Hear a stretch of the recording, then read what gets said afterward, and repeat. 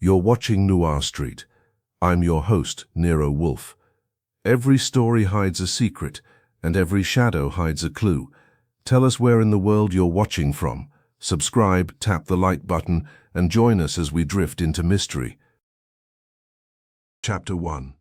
If you live long enough in New York, you learn that money has its own weather. It attracts clouds. It makes people look upward with their mouths open. And when it changes hands, there's always thunder somewhere, even if the sky is blue. The morning Evelyn Crane died, the weather was doing its honest best to be dull. A low grey ceiling hung over West 72nd, like it had been nailed there by a lazy carpenter, and the wind that came down the avenue smelled of wet stone and taxi exhaust. I had just finished the first civilized act of my day, coffee that Fritz declared not unworthy, when the doorbell rang, and Fritz went to answer it with that smooth dignity he uses for everyone from ambassadors to men selling brushes. He came back down the hall and paused at the office doorway, his face composed but his eyes making a small announcement. "Archie," he said, "Inspector Kramer is here." That was the announcement. When Fritz says it that way, it means Kramer has arrived in the mood that makes him less of a visitor and more of a weather event. Kramer came in without waiting for a second invitation, bringing his overcoat, his hat, and his grievance. He dropped his hat into the red leather chair as if punishing it, then planted himself in front of Wolfe's desk. Wolfe didn't look up from his book. He was seated behind the desk, massive and serene, a yellow-backed volume propped in his hands. He wore his usual expression of mild disapproval, as though the world's insistence on existing was an insult to his schedule. Kramer said, "Wolfe." Wolfe turned a page. "Inspector, I need you." Kramer growled. Wolfe's eyes lifted, half-lidded. "That is not news. It is your permanent condition." Kramer's jaw worked. "A woman's dead." Wolfe's nostrils flared faintly, the closest he comes to showing interest before noon. "If you have discovered this for the first time today, Inspector, I congratulate you on joining the human race." Kramer glared at me, as if I were the one who had taught Wolfe to speak. "Goodwin, don't start." "I wasn't going to," I said. "I'm saving my energy for being helpful and underappreciated." Kramer ignored me and looked back at Wolfe. "Evelyn Crane, you know the name." Wolfe's gaze sharpened a fraction. "I have heard it. A widow with a townhouse and a fortune, and an irritating habit of being praised for philanthropy. Found dead in her own house," Kramer said. "Locked up tight servants, family, everybody pointing fingers like it's a rehearsal." Wolfe closed his book with careful finality, as if agreeing to be interrupted on the record. "And you propose to relieve this rehearsal by bringing it to me?" "I propose to get the truth," Kramer snapped. "And since every time money's involved and the family's acting like wolves, you end up being right." "That is a flattering admission," Wolfe said. "Proceed."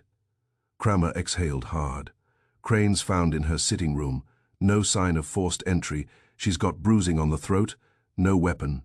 Looks like hands." "Strangulation," Wolfe murmured. "Not as a guess, but as a label." "Yeah," Kramer said. "And before you ask, yes, the heirs are already at each other's throats, which is convenient letters, threats, old grudges. I've got a son, a niece, a stepson, and a lawyer who smiles too much. I've got a housekeeper who cries and a butler who doesn't. I've got a doctor who's already phrasing his report like he wants to be quoted. And I've got an estate big enough to make honest people forget they were ever honest." "Then what do you require of me?" "A list of the most obvious suspects. You have already recited them." Kramer's eyes narrowed. "I require what you do. You notice what other people miss." Wolfe's mouth tightened. "Inspector, I do not do what you do. I avoid the street, then send Goodwin." Kramer barked. Wolfe's eyes moved to me. They didn't ask. They instructed. I sighed. "Sure, why not?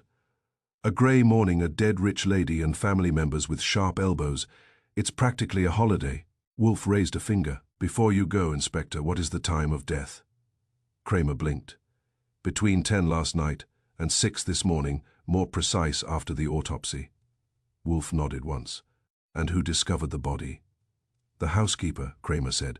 Marisol Vega. She goes in at 8 to set the tray for Mrs. Crane. Finds her on the settee like she fell asleep and forgot how. Wolfe's eyes narrowed slightly. Mrs. Crane had a morning tray ritual. Kramer frowned. Everybody has a ritual. Coffee, toast, whatever. Do not be obtuse, Wolfe said. Mrs. Crane's ritual was notable. Kramer hesitated. The housekeeper says she took tea at 9 on the dot. Same tea, same pot, same cup, like a religious ceremony. Wolfe's gaze sharpened further. Excellent.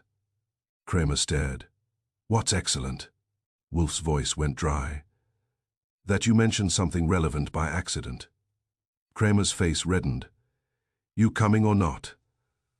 I am not, Wolfe said calmly. Goodwin will go, he will observe, then he will return, and tell me the truth of what he has seen. Kramer muttered something and grabbed his hat. Fine, come on, Goodwin. I stood, grabbed my coat, and paused only long enough to glance at Fritz, who had appeared in the doorway holding a scarf, as if he had anticipated the moment my common sense would need warmth. Thanks, I said. Fritz nodded. Be careful, Archie. I always am, I lied. On the way out. Wolfe called after me, Archie. I stopped. Wolfe's eyes were intent now, the way they get when he has decided the world has presented him with a puzzle instead of a nuisance. Do not permit Inspector Kramer's noise to distract you. Attend to the house. The house, I said. The house, Wolfe repeated. A ritual is a form of testimony. When it breaks, something has spoken. Kramer snorted. What the hell does that mean? Wolfe ignored him. Go. So we went. Evelyn Crane's townhouse sat on a block that tried to look quiet and respectable, the way a well-dressed man tries to look harmless. The stoop was scrubbed, the brass gleamed, and the windows wore curtains that suggested tasteful sorrow. A uniformed man was on the front steps, keeping curious neighbors at bay inside. The air smelled of Polish, lilies, and money that had been sealed away from honest air. Kramer flashed his badge, and we were admitted into a foyer with a marble floor that could have been used as a skating rink if the owners had ever felt like laughing. The walls held paintings that looked as if they had been purchased as investments rather than loved, and a staircase rose in a slow curve the way rich people's staircases always do, as if they don't like corners. A man in a dark suit waited in the foyer, posture straight, face careful. He had the look of a butler who had been trained to be invisible and had failed because the circumstances refused to ignore him. Inspector, he said. Kramer nodded. Hales, where's everybody? In the drawing room, the butler replied. His eyes flicked to me, just once, measuring. And Mrs. Crane is in the sitting room. Show us, Kramer said. We moved through the house, and I made a point of not looking like I was looking. Wolfe has taught me that if you stare at the obvious, you miss the important. The important thing about the Crane townhouse was that it was disciplined. Everything had a place, and everything seemed to have been returned to it. There were no stray gloves, no abandoned mail, no casual disorder. It felt like a house that had been trained, which meant the people in it had been trained too, or forced. The sitting room was at the back, overlooking a small garden that in winter looked like an apology. The room itself was warm and softly lit. A fire had been laid in the fireplace, but not lit, which struck me as odd. Rich people like flames the way they like servants, available. Evelyn Crane lay on a pale settee with her head turned slightly to the side, hair arranged as if even death had not been permitted to muss it. She was in her 60s, elegant in that careful way some women manage, skin too smooth, nails too neat, a pearl necklace still at her throat, like a final insistence on propriety. Her eyes were closed. There was bruising at the base of the throat, faint but clear enough. Her hands rested on her lap, palms down. If you didn't know better, you might have thought she was asleep and had simply chosen a dramatic posture for it. Kramer stepped in, all business. Doc says strangulation, no sign of a struggle. I didn't answer. I looked. On a small table beside the settee sat a silver tray. A teapot, a cup and saucer, a small plate with 2 biscuits untouched. everything arranged neatly, like a photograph in a magazine. Except the cup. The cup was on the wrong side of the saucer. Not knocked over, not broken, just placed incorrectly, as if someone had moved it without thinking or had thought too much, and still gotten it wrong. It would have been nothing to most people. To someone who has lived in Wolfe's house, where Fritz can tell the difference between Wolfe's favorite spoon and Wolfe's second favorite spoon, by the way. It glints. It was something. I stepped closer and examined the tray. The tea was dark in the pot, cooled. A faint film had formed on the surface. The biscuits were arranged with their faces aligned, as if the housekeeper had set them that way by habit. The cup's handle pointed left. I looked again. Right-hand cup, set for a left-hand drinker, but Evelyn Crane's pen on the writing desk, visible through a half-open door, was set for a right hand, angled as right-handers. Angle it. A small thing, but a small thing with a voice, Kramer said, impatient. Well, I answered him with a question. Who set this tray? Housekeeper, Kramer said. Vega, every morning. And Mrs. Crane always took tea at 9, I said. Yeah, and today she didn't, I said. Kramer scowled. Because she's dead, right, I said. But the tray is set anyway. That means whoever set it didn't know she'd be dead by 9. Kramer shrugged. So the killer did it after 8? Maybe, I said, or the killer wanted it to look like after 8. Kramer gave me a look that suggested Wolfe had infected me with his habit of making simple things complicated. We've got threats, he said. Letters. Somebody's been sending her nasty notes for weeks. Show me, I said. He led me out to the adjacent drawing room where the living were gathered like a committee waiting for the agenda. There were 4 of them, plus one lawyer type hovering near the fireplace, as if he'd like to be photographed with it. The son was a tall man in his 40s with a banker's face, handsome, controlled, and already calculating how grief might affect the stock market. The niece was a thin woman with sharp eyes and sharper cheekbones, dressed too well for a morning emergency. The stepson was younger, restless, wearing the bored anger of a man who resents being dependent. The lawyer was smooth and watchful, hands folded in front of him like a man presenting himself as harmless. The housekeeper, Marisol Vega, stood near the door with her hands clasped, eyes wet, face drawn. She was small, maybe 50, with the posture of someone who has spent her life trying not to take up space in other people's rooms. Kramer introduced me with a grunt. This is Archie Goodwin. Works for Wolfe. The lawyer's eyebrows rose. Nero Wolfe. That's unusual. Everything is, I said. Who's got the threats? The banker-faced son spoke first. My mother received letters, he said stiffly. Anonymous, insane. We told her to hire more security. The niece cut in. Evelyn didn't want security. She said it was undignified. The stepson snorted. She didn't want security because she didn't want questions. That made the son's face tighten. What does that mean? It means she liked control, the stepson said, and security people look behind doors. Kramer snapped. Enough. Where are the letters? The lawyer, Clay Reddick's style without the cocoa, I thought, though this wasn't Reddick, produced a folder from a side table. Here, he said. I'm Daniel Reese, Mrs. Crane's attorney. He handed the folder to Kramer, who handed it to me as if it were contagious. Inside were 3 letters, typed, all with the same tone. Sour, personal, confident, threats about secrets, about money, about what would happen if she didn't do the right thing. No signature, no return address. They were the kind of letters that would make Kramer happy because they were loud. Wolfe would have hated them because they were too easy. I glanced up. Who had access to her tea tray routine? The son frowned. What? Tea, I said. Every day at 9, right? Same pot, same cup. The housekeeper's eyes lifted. Yes, she said softly. Every day I make it. And if you didn't make it, I asked. Her lips trembled. Then she called me always. And today? I asked. I made it, Vega whispered. At 8, like always. She was not in her room when I knock. I thought she was sleeping. I set the tray here because sometimes she sit here before 9. The niece said sharply, she never sat here before 9. Eager flinched. Sometimes.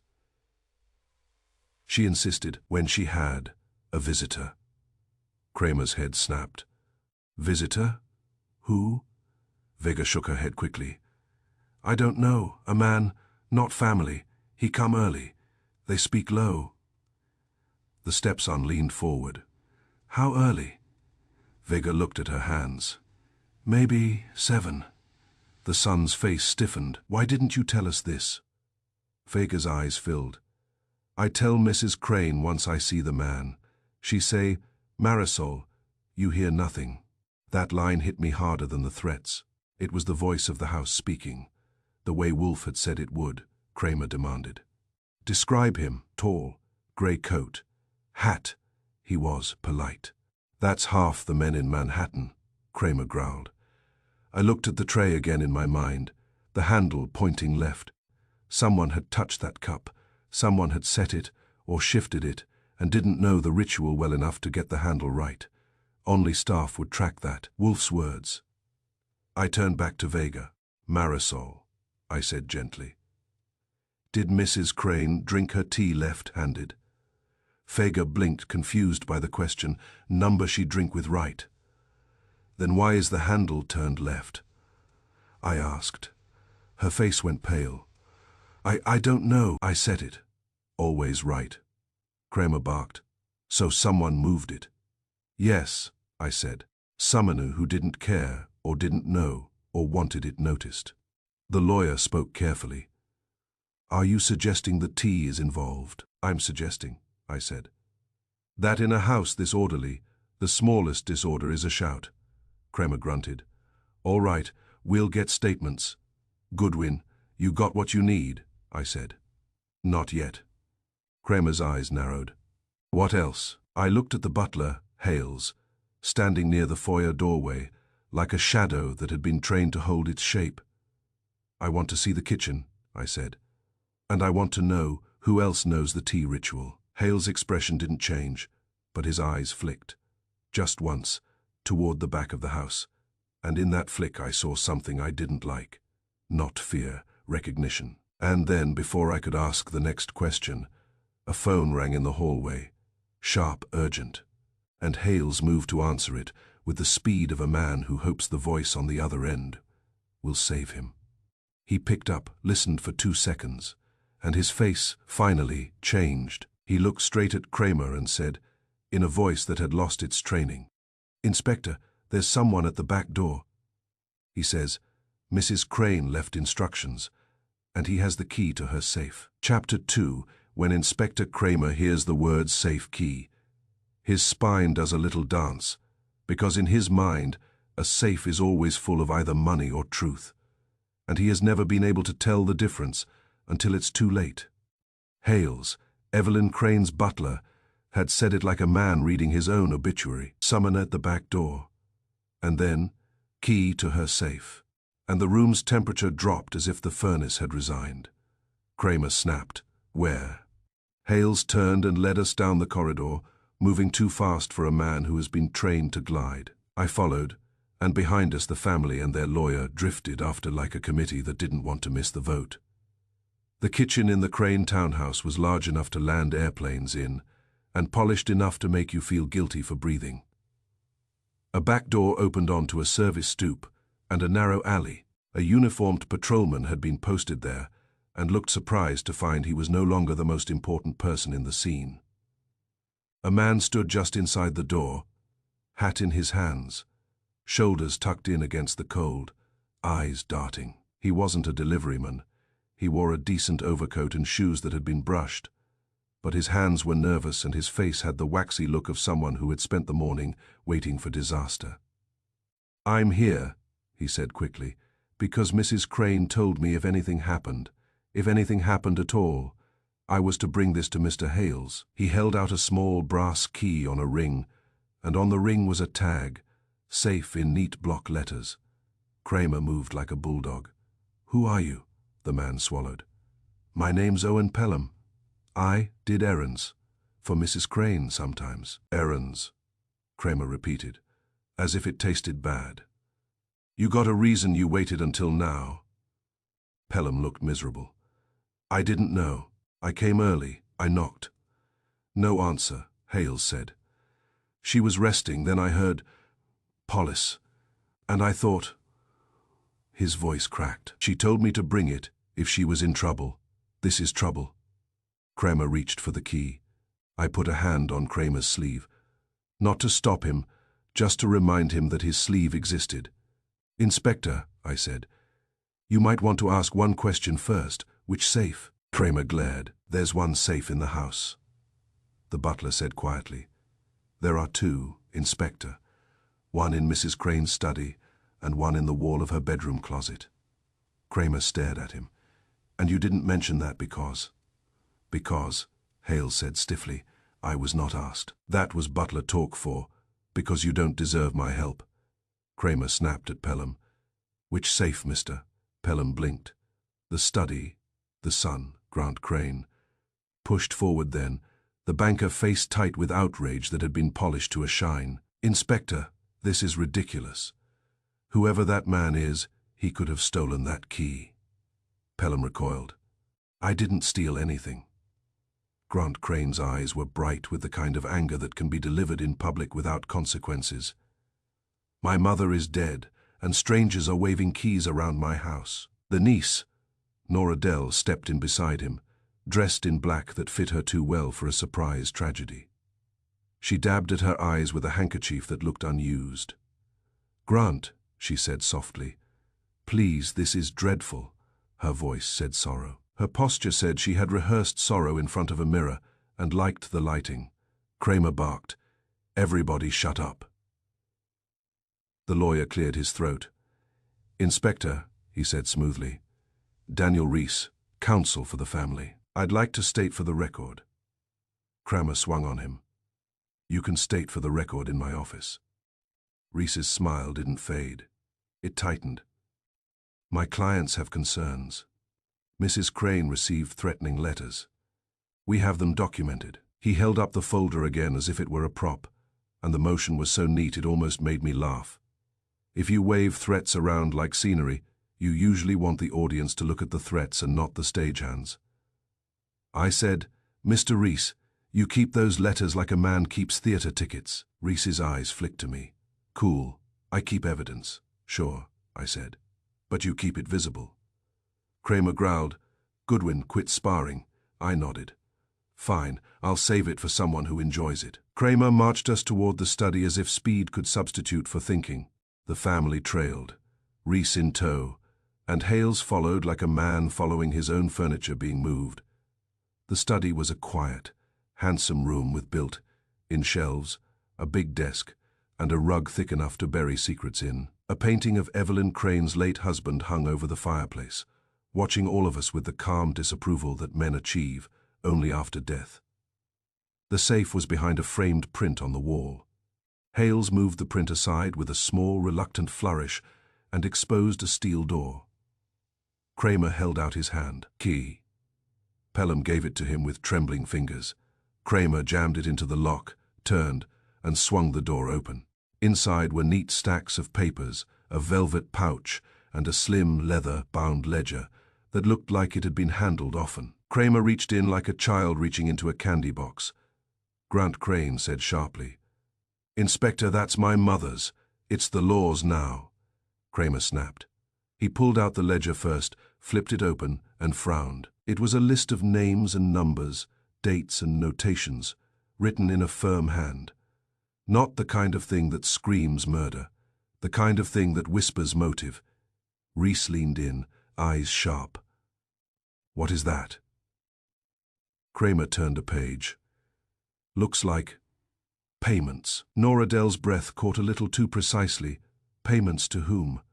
Kramer ignored her and reached deeper. He drew out the velvet pouch, opened it, and spilled jewelry into his palm, rings, a brooch, pearls. He grunted with satisfaction as if stolen jewels would make his day. Then he saw the envelope. It was plain, unsealed, with one word written on it in a firm hand. Goodwin, my name. I stared at it. Well, I said, that's friendly. Kramer's head snapped up. Goodwin. I reached for it. Kramer slapped my hand away. I'll open it, he said. Of course you will, I replied. You've always had a romance with other people's mail. He tore it open and pulled out a folded sheet of paper. His eyes scanned it, and his face changed. Not to fear, but to annoyance, because the note was clearly meant to be read out loud. Kramer read it anyway, because he can't resist being forced. Mr. Goodwin, he read, if you are reading this, I am either dead or very inconvenient. I have reason to believe my house is no longer mine. Trust the routine. Ask Harriet about the sugar. Kramer looked up, scowling. Harriet, Hell said quietly. Harriet Lark, head housekeeper. So there it was. Harriet was not the trembling woman in the doorway earlier. Harriet was the one with authority, the one who knew the rules, and suddenly, my earlier glance at that tea tray made better sense. A trained house doesn't belong to the owner. It belongs to the people who run it. Kramer snapped. Where is Harriet? Hale said. In the pantry, Inspector. She is steady. Fetch her, Kramer ordered, while Hales went. Grant Crane demanded. Inspector, why is my mother writing to a private investigator? Why didn't she tell me? Nora Dell said softly, maybe she was frightened. The stepson, Miles Hart, leaned against the desk with the bored anger he wore like cologne. She was always frightened, he said. It kept us obedient. Reese smoothed his tie. This note proves nothing. We need to focus on the threats, I said. Mr. Reese, Wolfe hates the threats. Reese blinked Wolfe. Yeah, I said. He calls them convenient noise. I agree with him. Which is why I'm worried about my mental health, Kramer snapped. Ina, you go back and tell Wolfe what you saw. I will, I said, after I talk to Harriet. Kramer opened his mouth to argue, then closed it. He didn't like Wolfe's methods, but he liked results, and he'd learned by bruising experience that if he blocked Wolfe, Wolfe would solve the case anyway, and then make Kramer feel stupid in public.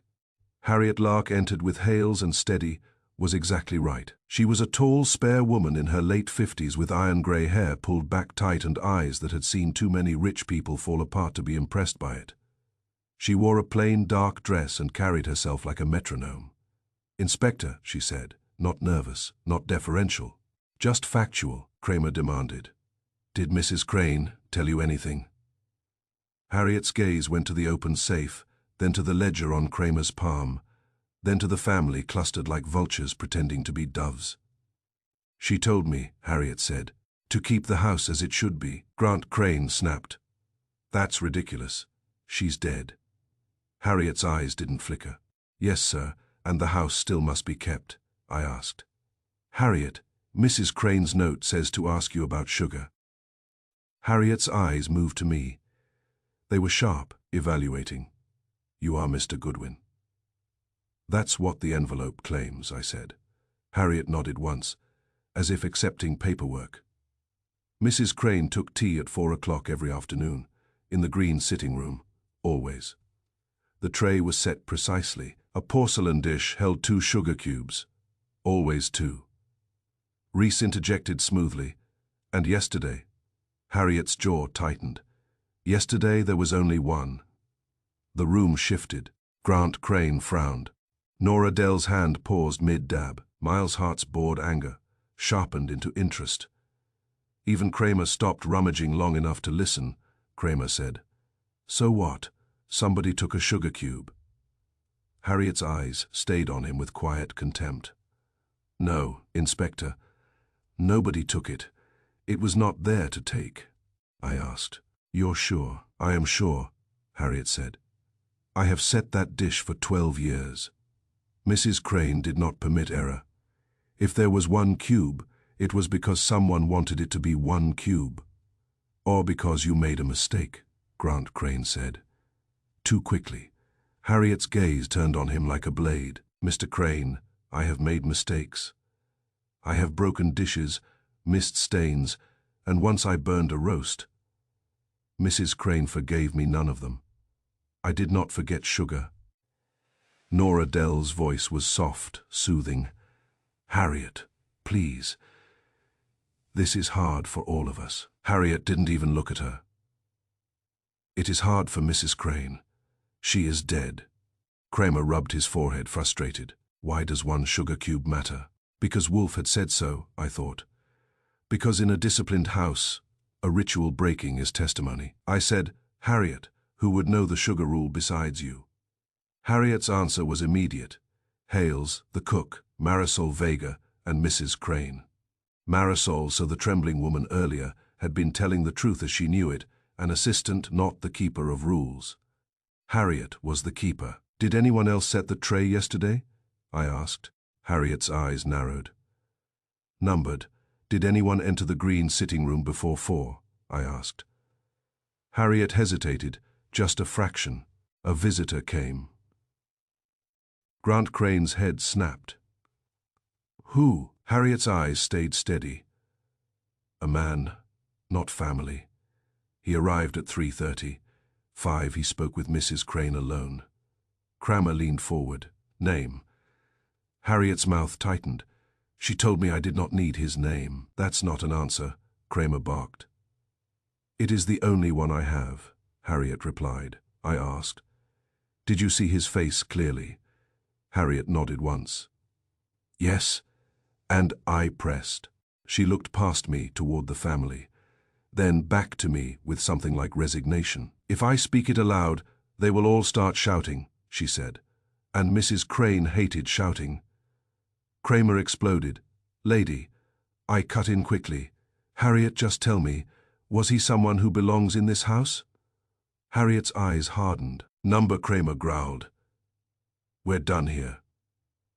He snapped the ledger shut, scooped the envelope and note into an evidence bag, and ordered his men to keep the family from wandering into each other with sharp objects. I stepped back into the foyer with Harriet beside me, because my instincts told me she'd say more away from the audience. Harriet, I said quietly. Mrs. Crane wrote my name in her safe. She wanted Wolfe involved. That means she trusted someone's routine more than she trusted her heirs. Yes. 1 sugar cube, I said. What does it mean? Harriet's voice dropped. It means she did not pour the tea. I blinked. What? Harriet's eyes held mine. When Mrs. Crane poured her own tea, she used 2 sugar cubes. When someone else poured for her, summoning she did not trust, she used 1. It was her way of marking the moment without speaking it. A chill went through me that had nothing to do with winter. A private signal, a ritual as testimony, he said. So yesterday at 4, someone poured tea for her. Harriet nodded. Once, and she wanted someone to know. I looked back toward the study, toward the open safe and the loud family and Kramer's big shoulders filling the doorway, and I thought about Wolfe in his chair, listening to my words like he listened to orchids. Carefully, for changes, I said softly.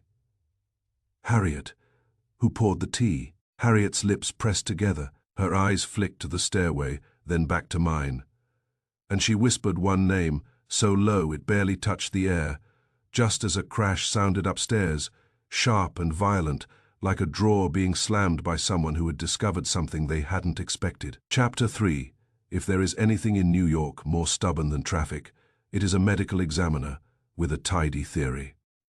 By the time I got back to the brownstone, Wolfe had finished lunch, finished his coffee, and begun the slow process of being offended by the universe again, an occupation that suits him. He was in the office when I came in, seated behind his desk with his hands folded and his eyes waiting. Saul Panzer was not present. This was not his kind of case yet. Fritz was in the hall, and from the kitchen came the faint, civilized clink of a man restoring order through cookware. I gave Wolfe the report as I had it. Grant Crane's banker grief, Nora Dell's polished sorrow, Daniel Reese flourishing threat letters like a stage manager, Harriet Lark's discipline, the 1 sugar cube, the visitor at 3:30. 5, and the note in the safe addressed to me as if I were the family's favorite errand boy. Wolfe listened without interrupting, which is his version of applause. When I finished, he said, "The sugar." "Yes," I said. 2 cubes always. Yesterday 1, Harriet claims it's a private signal. 2, when Mrs. Crane pours. 1, when someone else does. And therefore, Wolfe said, yesterday someone else poured. Or someone wanted us to believe someone else poured, I said, because I was learning to keep up. Wolfe's mouth tightened. Possibly. But the existence of a private signal indicates fear. Fear indicates a reason. I reached into my coat pocket and produced a small wrapped object Harriet had pressed into my hand before I left, like a woman handing a priest a confession she couldn't speak aloud. She gave me this. I unwrapped it carefully on Wolfe's desk. A small porcelain dish, white with a thin green line around the rim, pretty, modest, the kind of thing that looks harmless until it becomes evidence. The sugar dish, I said. Wolfe's eyes sharpened. Excellent. At last, something honest. You're welcome, I muttered. The phone rang. Fritz answered upstairs, and then brought the receiver down as if carrying a minor illness. Inspector Kramer, Fritz said. Wolfe took the call with visible reluctance. Yes, Inspector. No, I do not intend to visit a corpse. You have a medical examiner. Yes, I know they are frequently mistaken. He listened, and his expression shifted slightly. Not surprise, but contempt. Yes, Wolfe said.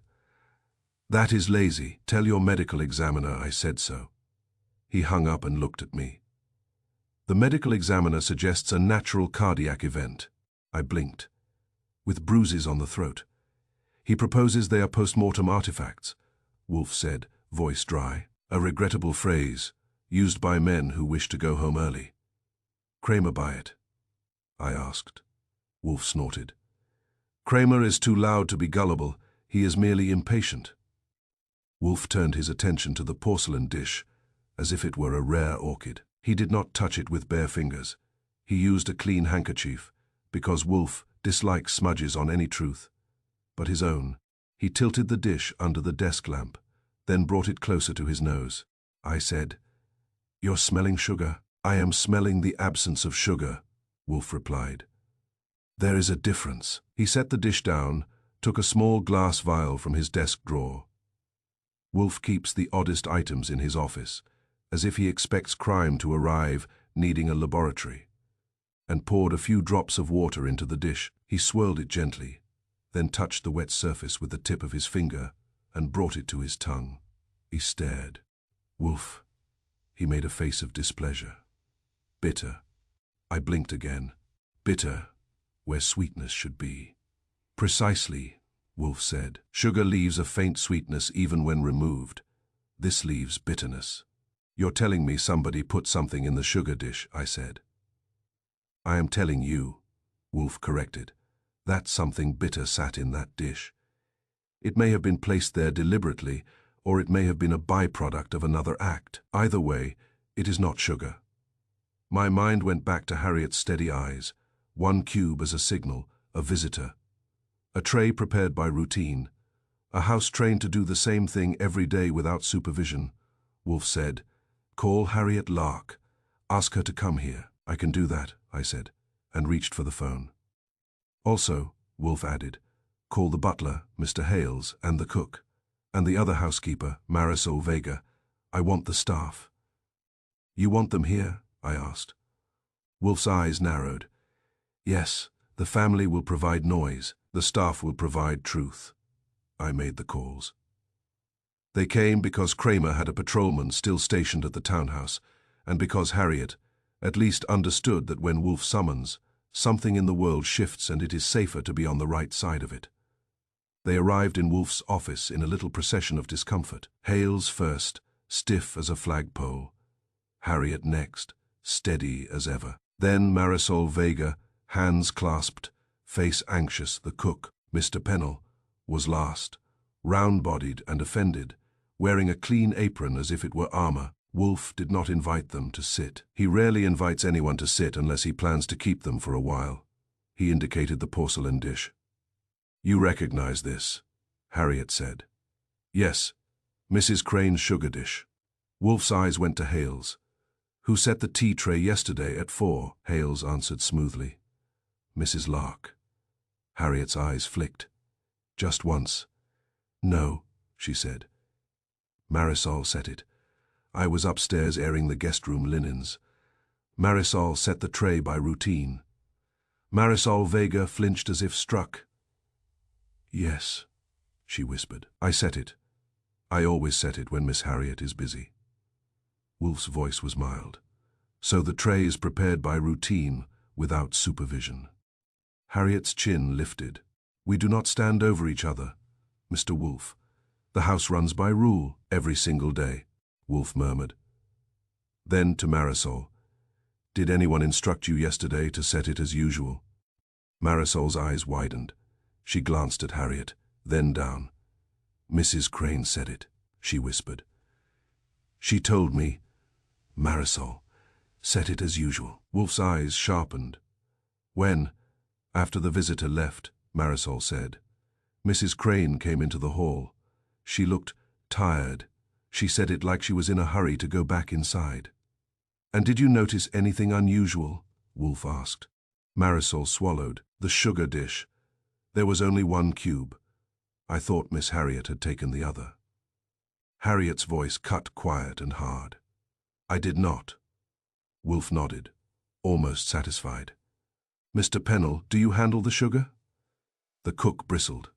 I handle food, sir. Sugar is kept in the pantry. The tea service is the housekeeper's domain. Wolfe's gaze shifted to Hales. And you, Mr. Hales, do you ever set the tray? Hales hesitated, and that tiny pause spoke louder than his training. Sometimes, he admitted, if there is need. Wolfe leaned back. Then we have it. The murder weapon was not a knife, a rope, or poison slipped under a nose. It was permission. They stared. Wolfe's voice stayed calm. Someone who had authority in that house, or who could mimic it, told a subordinate to set it as usual. Routine did the rest. The tray was carried into a room where a woman feared she could not speak openly. She marked her fear with one sugar cube, and something bitter, something not sugar, touched that dish. I said slowly, so the killer didn't have to stand there and do it. The house did it for him. Wolfe's eyes met mine. Exactly, a disciplined house is a splendid accomplice. Harriet's face tightened. You mean one of us? I mean, Wolfe said, someone who knows your rules, and rules, Mrs. Lark, are shared by those who enforce them. Hale's posture stiffened further, as if he had just been accused of moving a chair. Wolfe tapped the dish once with a thick finger. The sugar dish speaks. Now we will make the house speak louder. And as he said it, the doorbell rang again downstairs. Sharp, insistent, followed by Fritz's voice from the hall, calm but edged. Mr. Wolfe, Inspector Kramer is here, and he says he has found the visitor. Chapter 4. When Fritz announced Inspector Kramer, Wolfe's face did what it always does at the prospect of official intrusion. It hardened into patient contempt, as if the city had sent him a bill for garbage collection. Kramer barged in a minute later, with his hat jammed on his head, and a man beside him who looked like he'd prefer strangulation to conversation. This is Owen Pelham, Kramer said, as if we hadn't met him already in the Crane kitchen. And I got another name for you, Wolfe. The visitor Harriet won't say out loud. Wolfe looked at him, then at Pelham, and then deliberately at the 4 staff members standing in his office like furniture that has learned to breathe. Inspector, Wolfe said, you are interrupting a useful inquiry. Kramer grunted. You got useful. Good. You can use this. He jabbed a thumb toward Pelham. Tell him. Pelham swallowed, eyes darting. Mrs. Crane. She had me pick up papers sometimes. From Mr. Rees. The lawyer's name landed in the room like a dropped tray. Wolfe's eyes narrowed. Daniel Rees. Kramer nodded. The family lawyer, smooth, always carrying those threat letters like they're his favorite hymn. Wolfe's mouth tightened. Continue, Mr. Pelham. Pelham's hands twisted. Yesterday, no, the day before, Mrs. Crane told me Mr. Rees would come by at 3:30. 5, she said. He'd bring something urgent. She said I should wait in the hall, and he hesitated. And if she told me to, I should fetch the safe key and give it to Mr. Hales. Hales' face remained composed, but his eyes flickered. Wolfe's gaze slid to him. "Did she tell you to do that, Mr. Pelham?" Pelham shook his head quickly. "No, sir, she didn't. She told me later. This morning, I mean, if trouble happened, I should bring the key to Mr. Hales. That's why I came." Kramer slapped his hat down on the red chair. "So Reese was there at 3:35, and at 4 the tea ritual got messed with, and at night she's dead. You want noise, Wolfe? There's your noise." Wolfe's eyes were cold. "Inspector, you mistake noise for significance. Mr. Reese's presence is interesting. It is not yet proof," Kramer snarled. "Then get proof." Wolfe ignored him and looked at Harriet. "Mrs. Lark, you will remain, Mr. Hales. Mr. Pennell, Marisol Vega, you may go." They hesitated. Wolfe's tone hardened. "Go." They went, glad to escape his gaze. Kramer remained, glowering. Pelham stood by the door like a man waiting to be dismissed from life. Wolfe turned to me. "Goodwin, you will return to the Crane House. You will interview the staff thoroughly. Learn the strict rules of their ritual," I said. "You want me to learn how to serve tea?" "I want you," Wolfe corrected, "to learn how they believe tea must be served. There is a difference." He tapped the sugar dish. "Two rules were broken. We know of one, the cube count. Discover the other." Kramer barked. "I'll come with—" "No," Wolfe said, without even looking at him. "You will frighten them into silence. Remain here and occupy yourself with being aggrieved." Kramer's face went red, but Wolfe was already addressing Pelham. "Mr. Pelham, you will also go with Mr. Goodwin. You will point out precisely where you waited, what you heard, and what you saw. You will not embellish." Pelham nodded quickly, relieved to have orders. Harriet's voice came quiet. "Mr. Wolfe, will you truly accuse staff?" Wolfe's eyes met hers. "I will accuse truth." That was as close to comfort as she would get. Back in the Crane townhouse, the air changed. It wasn't just the smell of lilies. It was the smell of people watching doors. Kramer's men were there, one in the foyer and one upstairs, and the family was contained in the drawing room like an unhappy zoo exhibit. I didn't visit them. I visited the pantry. Harriet had told me the house ran by rule, and she was right. The pantry looked less like a cupboard and more like a control room, labeled tins, stacked linens, polished silver, everything in rows. The tea service sat on a dedicated shelf, as if it were a sacred object. Marisol Vega stood there when I entered, wiping a cup with hands that trembled slightly. "Marisol," I said gently, "I'm not here to blame you. I'm here to learn." She glanced at the door as if hoping someone else would speak for her. "Miss Harriet told us to answer," she whispered. "Good," I said. "Tell me the rules for 4 o'clock tea." Marisol swallowed. "Tray on the left side table. Always the left pot handle faces toward the chair. Cup handle faces right. Sugar dish sits above the spoon, not beside it." "And the dish?" I asked. Marisol blinked. "The sugar dish is rinsed every day after tea. Always. Hot water only, no soap. Miss Harriet says soap leaves taste." That sounded like Harriet, all right. "Yesterday," I said, "you set the tray. What rules did you break?" Marisol's eyes widened, then filled. "I didn't mean—" "I know," I said. "Just tell me." She took a breath. "The tray, I put it on the right table, not left." My eyebrows went up. In a house built on rules, that was like putting the flag upside down. "Why?" I asked. Marisol shook her head miserably. "I don't know. I picked it up and my feet went there, like I was told." "Told by whom?" Marisol hesitated. Then her eyes flicked toward the kitchen door. I turned and saw a maid standing there, young, pale, clutching a dish towel like a shield. She looked like she'd been hovering, listening. I said, "You might as well come in. You're already guilty of curiosity." She stepped in, cheeks flushing. "My name is Lucy," she whispered. "Lucy Phelps. I clean upstairs, but I saw something." I leaned against the pantry shelf, giving her space and my best harmless smile. "Tell me," Lucy swallowed.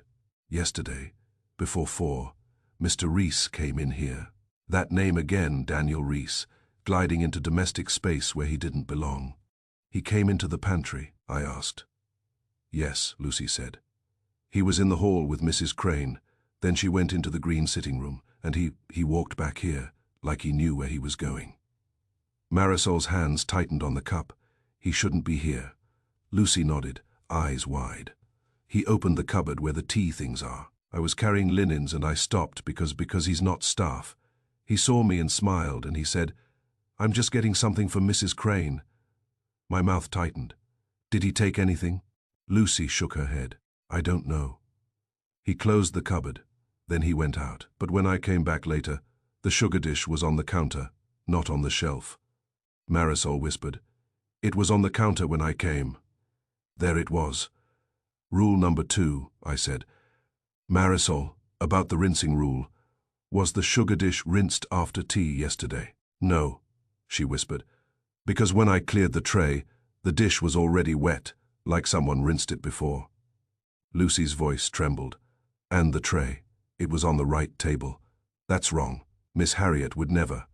I know, I said. 2 small rules broken. Tray position, dish handling, tiny disruptions, but not accidental in that house. And the only people who would notice such tiny disruptions were staff, which meant either staff did it, or someone coached by staff did it, or someone who had studied them.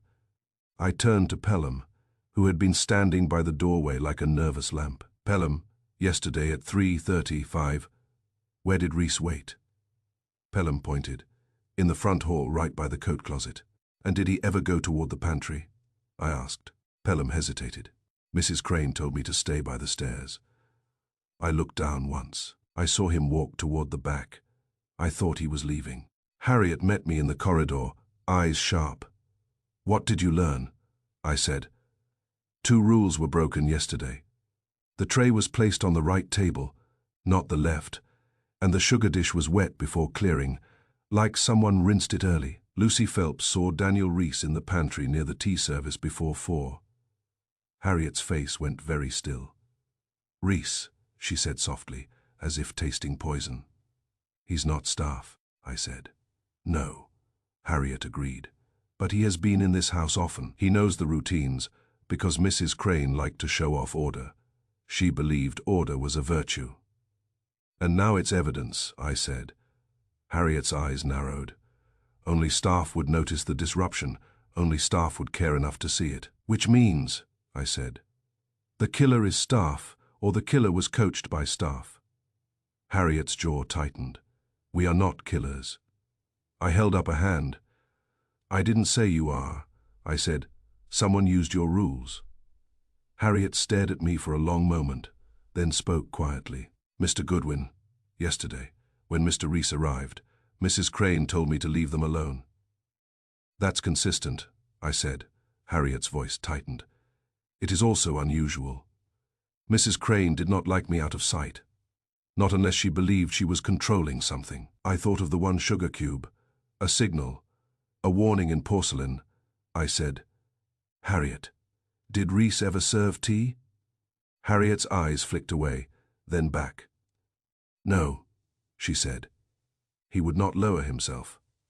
Then, I said, someone else was in that pantry. Harriet's lips pressed together. Or he did not do it himself, she murmured. He had help. That was Wolfe's point, and now it was mine. In a disciplined house, tiny breaks don't happen by accident. Someone had touched the machinery. I left the townhouse with Pelham and the new facts heavy in my pocket like stones. As I turned onto the sidewalk, my phone buzzed. Wolfe's number at the brownstone. I answered. Goodwin. Wolfe's voice was calm. Report, I said. 2 rules broken. Tray placed on the wrong table. Sugar dish wet early. Maid saw Daniel Reese in the pantry near the tea service before 4. Only staff would notice, which means either staff did it or Reese was coached. There was a pause, and I could hear Wolfe thinking, quiet, methodical, and annoyingly certain. Then he said, Good, now bring Mr. Reese to my office. Chapter 5, when Wolfe says, "Bring Mr. Reese to my office." He means it the way a king means bring me the head, not out of melodrama, but because it saves time, sure. I told him into the phone, "I'll just put him in my pocket and stroll home." "Do not be facetious," Wolfe replied. "Be effective." He hung up. Wolfe has never understood why anyone would cling to a conversation after the useful portion has ended. I had Reese delivered by the simplest New York method. I called Inspector Kramer, told him Wolfe wanted a conference, and let Kramer's ego do the rest. Kramer likes Wolfe the way a dog likes a porcupine. He doesn't enjoy it, but he can't stop approaching. By late afternoon, the Crane townhouse had turned into a court without a judge. Word of the will reading had spread, fast, the way money spreads trouble, and the heirs had gathered in the drawing room with their lawyer, their outrage, and their carefully controlled voices set to civilized. I slipped in with Pelham beside me and went straight to the center of the storm. Daniel Reese stood near the fireplace. Immaculate suit, immaculate hair, a folder in his hands like a priest holding scripture. He was the kind of man who could make a death announcement sound like a brand launch. When he saw me, his eyes flicked, quick, assessing, and his smile arrived on schedule. "Mr. Goodwin," he said warmly, as if we were colleagues and not opponents. "How industrious." "Daniel," I said, because calling a man by his first name is either friendly or insulting, and I hadn't decided which I wanted yet. "I hear you're doing a reading." Reese's smile stayed. Mrs. Crane's will, the family asked for immediate clarity. Grant Crane stood rigid on the sofa's edge, banker face taut, as if he had been promised victory and resented having to watch it arrive. Nora Dell sat with her hands folded in her lap, tearless now, eyes bright and sharp. Miles Hart leaned in a chair with his ankle on his knee, performing boredom like a protest. Reese cleared his throat and opened the folder. "Evelyn Crane," he began. "Being of sound mind," Miles snorted. "Sound mind? She was paranoid," Grant snapped. "Shut up." Nora's voice was soft. "Please." Reese read anyway. He read the way lawyers read wills, with a tone that suggests the dead are being scored like a game. The results were exactly the kind that makes families turn into lawyers. Grant Crane received control of the estate, trust authority, property management, voting shares, the whole throne. Nora Dell received personal bequests, jewelry, some cash, a townhouse painting she probably couldn't sell without a lawsuit. Miles Hart received a fixed yearly allowance, which is what you give a man you don't trust with matches. And Daniel Reese, executor's fee, a large one, a fat slice of responsibility with a side of profit. Nora's eyes flashed. "Scraps," she said, and that one word carried more venom than any threat letter. Grant lifted his chin. "Mother made her choice." Miles laughed without humor. "Mother made your choice." Reese raised a hand, soothing. "These are standard provisions." Mrs. Crane was precise. "Precise," Nora repeated bitterly. "Except when she died." Grant's gaze turned on Reese. "We can proceed with probate immediately." "Yes," Reese said smoothly. "As executor, I will begin inventory and safeguarding," I said. "Inventory." Reese's eyes flicked to me. "Yes, Mr. Goodwin. Household inventory. It's necessary. Convenient, too," I said. Grant's attention snapped to me. "Why are you here?" "I was invited by your mother," I said. "From her safe. She left me a note." That stirred them. Grant stiffened. Nora's eyes sharpened. Miles' boredom cracked into interest. Reese's smile tightened. Mrs. Crane was dramatic. "She was careful," I corrected. "You should appreciate that. It's good for paperwork." Kramer arrived then, filling the doorway with bulk and impatience. "All right," he barked. "This reading is done. Everybody stays available. Reese, you're coming with me." Reese's composure didn't break. "Inspector, I have obligations."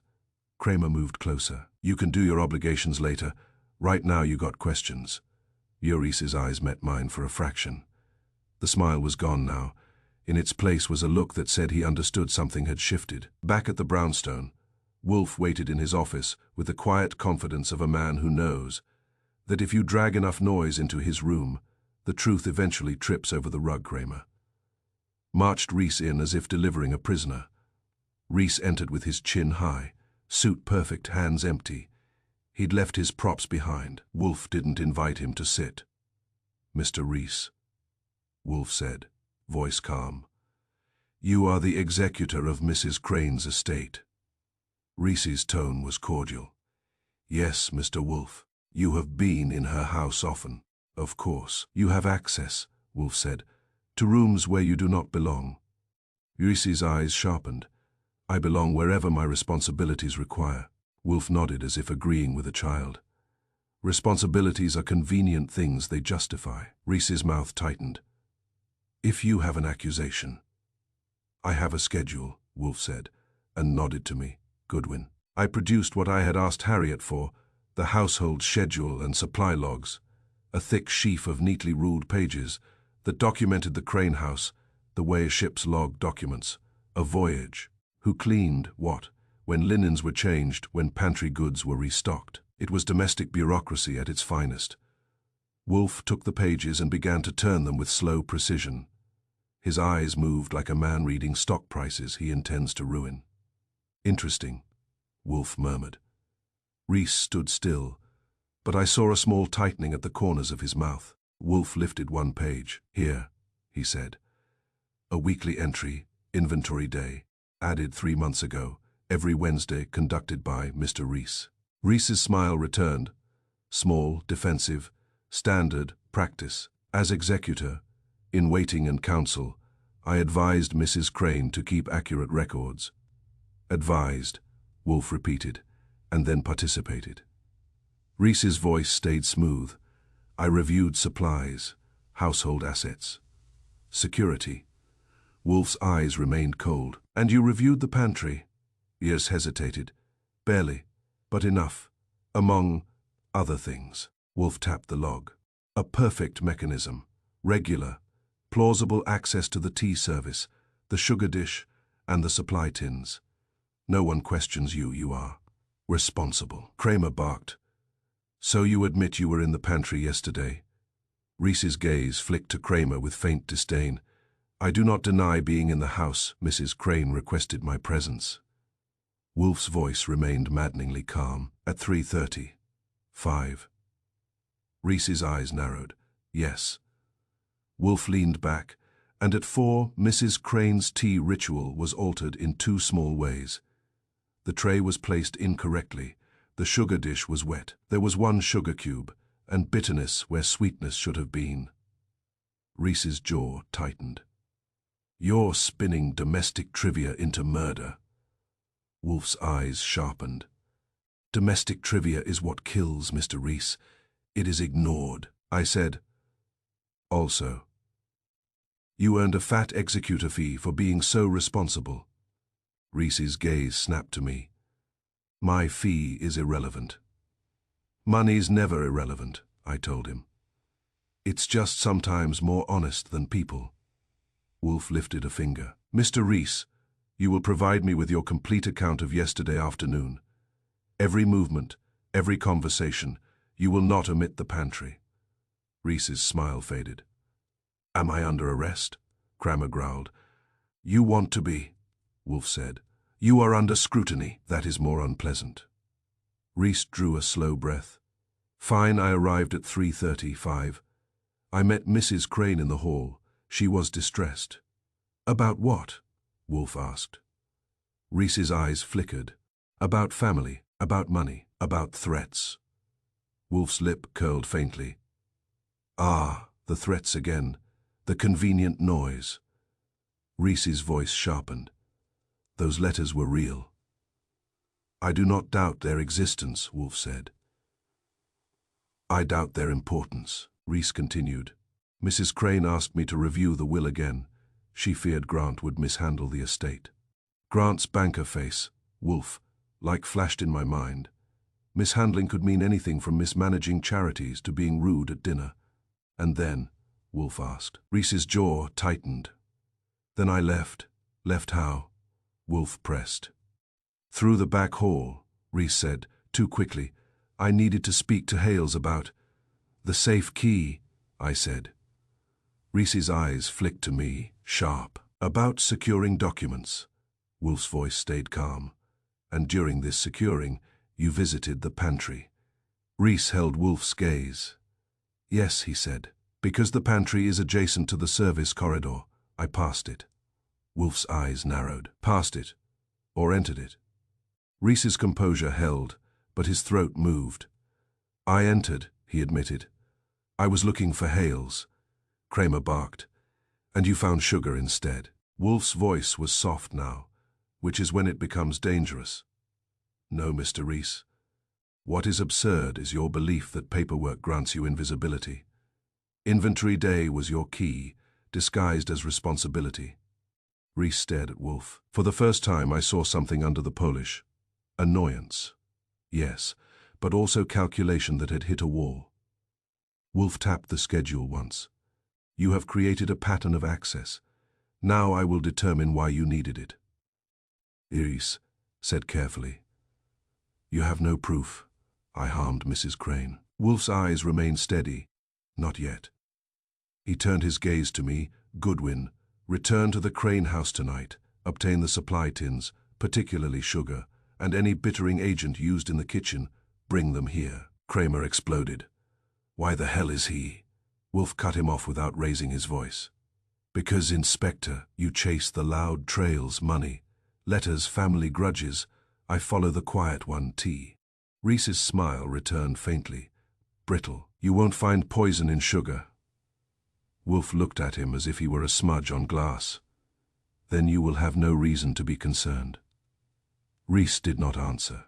But when Kramer hauled him out, Reese's eyes met mine for a fraction, and in that glance I saw something that wasn't loyalty at all. Fear, not of prison, of a small porcelain dish. Chapter 6. If you ever want to be cured of romantic ideas about justice, tail a lawyer through Midtown. They don't skulk. They glide. They drift from polished lobby to polished lobby, like expensive smoke, and every doorman smiles at them because doormen know which men tip well and which men leave trouble. Kramer had hauled Daniel Reese out of Wolfe's office with all the delicacy of a man dragging a sofa. But Reese didn't look dragged. He looked mildly inconvenienced, as if the city had scheduled a rainstorm for his commute. When they reached the sidewalk, Kramer's men took him toward the precinct to answer a few questions, and Reese went along without protest, because protest is for men who don't have leverage. I waited 10 minutes, just long enough for Kramer to feel in charge, and then I left by the side door and found myself a cab with a driver who didn't ask why my face said work. At the precinct, Reese was released sooner than you'd think, which told me two things. Either Kramer had nothing but bluster, or Reese had enough legal lubrication to slide out of anything that didn't come with handcuffs. He emerged with his coat buttoned, his hat set, and his expression restored to harmless professionalism. I gave him 2 lengths of sidewalk and followed on foot. He didn't head back to the Crane townhouse. He headed downtown into the part of Manhattan where the sidewalks get narrower and the clubs get quieter and the money gets older. He went into a private club on East 44th, the kind of place that doesn't advertise because it doesn't have to. I couldn't walk in after him without being noticed, so I did the next best thing. I walked past, memorized the entrance, and went around back. There's always a back. New York runs on backs, back doors, back alleys, back stairs, and back deals. Behind the club was a service courtyard, where deliveries came and cigars were smoked by men who didn't want to be seen doing anything human. I found a spot near a stack of empty crates and waited. Reese came out 10 minutes later, not alone. Grant Crane stepped out with him, banker face arranged into casual friendliness. He wasn't wearing grief now. He was wearing control. They spoke low, but not low enough for the walls to keep the secret entirely. You said it would be clean, Grant murmured. Reese's voice was smooth, soothing. It will be. You must not panic. Grant's jaw tightened. My mother is dead. Reese's tone remained the same, which was revealing. Yes, and you are in charge. That was the point. Grant's shoulders stiffened. Nora is asking questions. Reese gave a small, confident chuckle. Let her. She enjoys performance. She has no access. Grant exhaled hard. And Wolfe? Reese's voice cooled. Wolfe follows tea trays like their scripture. He is inconvenient, not omniscient. They stepped closer together, too familiar to be clean. Reese adjusted Grant's cuff as if it were a friendly gesture, but the motion was intimate in the way conspirators touch, small, casual, claiming alliance. Grant's voice sharpened. You better have covered everything. Reese's answer was immediate. I have covered the only thing that matters, the cause. They went back inside. I waited another minute, then slipped away and found a street phone, because my own line was something I didn't want traced if Reese had friends with patients. I called Wolfe. Fritz answered, and in 30 seconds, Wolfe was on. The airport, Wolfe said. Reese met Grant Crane at a private club, I said. Too friendly. Too familiar. Grant asked if it would be clean. Reese said, cause was covered and called you inconvenient. There was a pause, Wolfe digesting it. Then he said, Grant Crane is not an heir, he is an accomplice. I'm glad we agree, I said. There's more. I hung up and went back to the Crane townhouse, because I had another lead and it wasn't the kind you ignore. It was the kind you keep close in your pocket, like a match. Harriet let me in at the service door. She didn't smile. She simply moved aside as if admitting inevitability. You were right about Reese, I told her. Harriet's eyes stayed steady. I am rarely wrong about men who wear Polish. I need the pantry, I said, and I need anything unusual you've found since this started. Harriet led me to the pantry. The tea service shelf was as neat as ever, but neatness can be staged. I opened tins, checked labels, sniffed like Wolfe had trained me to, and tried not to feel ridiculous. That's when I saw it, a crumpled slip of paper wedged behind a tin of biscuits, half hidden like a guilty thought. I pulled it out, smoothed it, and read a pharmacy receipt. It was dated 10 days ago, paid in cash. The item list was short and clinical. Digitalis tincture atropine sulfate refill. Heart Rex, my eyebrows climbed. Digitalis atropine, heart drugs, but not the kind you buy casually unless you want either treatment or trouble. And refill suggested an existing prescription. I looked at Harriet. Did Mrs. Crane take heart medication? Harriet's jaw tightened. Number never prescribed, I pressed. Harriet's voice went cold. Her physician, Dr. Latham, would have told me I tracked every pill that entered this house. Mrs. Crane demanded it. I held up the receipt. Then why is this in your pantry? Harriet's eyes narrowed. Because someone wanted the house to swallow it. That was exactly Wolfe's language. The house swallowing things, routine as accomplice. I pocketed the receipt and went to the sitting room. I stared at the tea table. Left or right, dish above spoon. Cup handle. Imagining the hands that had moved pieces. Imagining the subtle bitterness Wolfe had tasted. A plan formed, ugly and neat. Make death resemble heart failure. Use a substance that can cause cardiac collapse while leaving faint marks that can be dismissed as post-mortem artifacts. Put the agent where routine will deliver it. Sugar dish, tea, something a housekeeper touches without suspicion. Then, if questioned, wave the threat letters like curtains, and let the family howl, and hide the actual mechanism inside ritual sweetness. I went back to the brownstone with the receipt in my pocket and city grime on my shoes. Wolfe was waiting in his office with the sugar dish on his desk like a silent witness. I handed him the receipt. He read it once. His eyes sharpened. He read it again, slower. Then he looked up. Mrs. Crane was never prescribed these. No, I said. Harriet swears. She tracked every pill. This receipt was hidden behind biscuits in the pantry. Wolfe's mouth tightened. Excellent. Excellent, I said. Samane bought heart drugs in cash and hid the receipt like a confession. Wolfe's tone was dry. Yes, confessions are excellent. He leaned back, fingers steepled. The medical examiner's laziness now has a purpose. If Mrs. Crane's death can be mistaken for a cardiac event, the murderer gains time to tidy evidence, and time to let grief become theater, I said. And the poison goes in the sugar or on the dish. Wolfe's eyes held mine. Yes, the pantry becomes the hinge. Control the tea service, control the outcome, and Reese, I said. Inventory day gives him access. He meets Grant like they're partners. He calls you inconvenient. Wolfe's voice was soft, almost pleased. Then we shall become intolerable. He picked up the sugar dish again with his handkerchief, turned it under the lamp, and smiled faintly. Not with happiness, but with the satisfaction of a man seeing the final piece begin to slide into place. Mr. Goodwin, he said, tomorrow we will have a gathering in this office. The family will perform. Mr. Reese will posture. Inspector Kramer will shout. And you'll listen to the house, I said. Wolfe's eyes narrowed. Number, I will make the house speak. He set the dish down carefully. And when it speaks, Wolfe added, Mr. Reese and Mr. Crane will discover that ritual sweetness can be bitter indeed.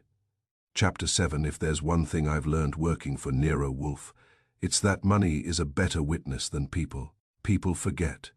Money keeps accounts. Wolfe had me at the desk with a pad while he sat back in his chair, looking like a judge who already knows the verdict and is just waiting for the defendant to trip on his own words. The sugar dish was still there, innocent as porcelain gets, and beside it lay my new exhibit, the pharmacy receipt that didn't belong to any honest pantry.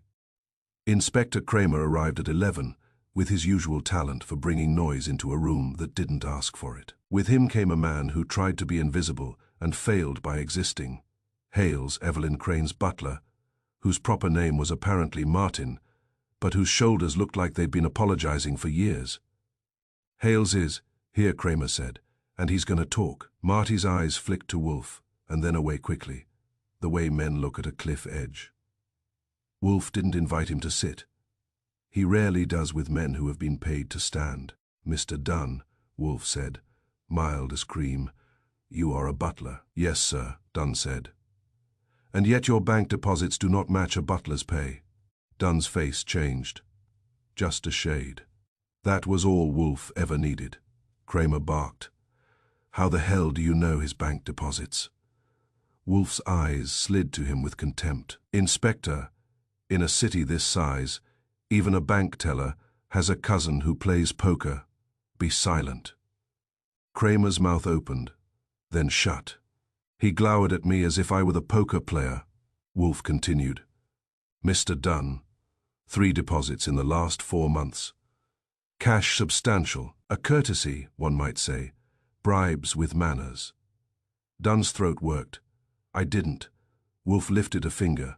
Dunn stopped, as neatly as if he'd been trained by Wolfe instead of Mrs. Crane.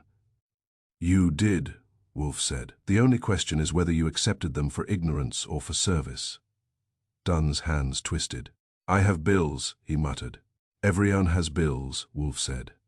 Not everyone sells a house's rituals to pay them. Dunn's eyes darted to Kramer for rescue. Kramer only stared, hungry. Dunn's shoulders sagged. It was Mr. Reese, he said, the name coming out like something sour. He asked questions. Wolfe's tone stayed mild. What questions? About tea, Dunn said, and his embarrassment at the word was almost comic. About the rules, where the tray goes, how the sugar dish sits, when it's rinsed, things like that. Kramer snorted. Tea, Jesus. Wolfe ignored him, and you answered. Dunn nodded miserably. He said it was for inspection. Inventory day. He said Mrs. Crane wanted him to understand the routine so he could keep the estate orderly when she was gone. Wolfe's eyes narrowed. He demanded. Inspection time. Yes, Dunn whispered. He wanted the pantry to be cleared, no one in and out. He wanted privacy. Privacy in a pantry, I murmured. That's a new social club. Dunn flinched. He said it was his responsibility. He said, if I cooperated, it would be remembered. And it was, Wolfe said softly. In cash, Dunn swallowed. He gave me envelopes. He called them a token. He said I was loyal and loyalty should be rewarded. Kramer leaned forward. Did he ever tell you to move the tray? Dunn shook his head quickly. Number, he didn't tell me what to do. He He made sure he could do what he wanted without eyes. Wolfe's voice cooled a degree. And did you ever see him handle the sugar dish? Dunn hesitated. That hesitation was a confession in miniature. I saw him wash it once, Dunn admitted. Early before tea. I thought it was strange. He said the dish had dust. Wolfe's mouth tightened. He created wetness where there should have been none. Dunn's eyes flicked to the sugar dish on Wolfe's desk as if it might accuse him personally. Mrs. Crane. She liked rules, he said helplessly. We all did. Rules made it safe. Rules make it controllable, Wolfe corrected. And control is the murderer's desire. The office doorbell rang then, and Fritz brought in the only person in the Crane drama who looked like she could still feel shame without using it as decoration, Nora Dell. She entered with her chin up and her eyes too bright. She had dressed again in black, but now it looked less like mourning and more like armor. Wolfe inclined his head. Miss Dell. Nora's gaze went to Hales, then to Kramer, then to me, and finally to Wolfe. Mr. Wolfe, she said softly, I was told you wanted me. I do, Wolfe replied. You will tell me why Mrs. Crane intended to alter her will. Nora stiffened. Who said she intended? Wolfe's eyes stayed steady. The house has said many things. I prefer you say this one. Nora's lips pressed together. She looked as if she'd like to walk out, then realized she couldn't. That was Wolfe's gift, making a room feel like the only exit is honesty. She did intend to revise it, Nora said finally. She told me last week, she said, she'd been foolish. Grant's name wasn't spoken, but it hovered in the air like a bad odor. Kramer snapped. Revise it how? Nora ignored him. She said she would cut Daniel Reese out completely. She said he'd overreached, that he was treating her house like an office and her life like a file. Wolfe's eyes narrowed slightly. And she told you this because? Nora's voice went tight. Because she trusted me. And because she was frightened. She said Reese had been pushing her, pressuring her, to sign things she didn't fully read. She said he thought she was already dead. That line landed hard, Wolfe said softly, and therefore he needed her actually dead before she could change the ink. Nora's breath caught. Yes, Kramer barked. You got any proof? Wolfe's gaze slid to him. We have bribes. We have access. We have a pharmacy receipt for medication. She was never prescribed. We have ritual disruption that only staff would notice. And we have motive, imminent loss of power and fee. He looked at Hales again. Mr. Dunn, you will now provide Inspector Kramer with a complete account of every occasion Mr. Reese requested privacy, asked about tea rules, or handled the pantry. If you omit, you will be arrested as an accessory. Dunn's face went pale. He nodded quickly. I'll tell everything. Wolfe turned to Nora. Miss Dell, you will remain available.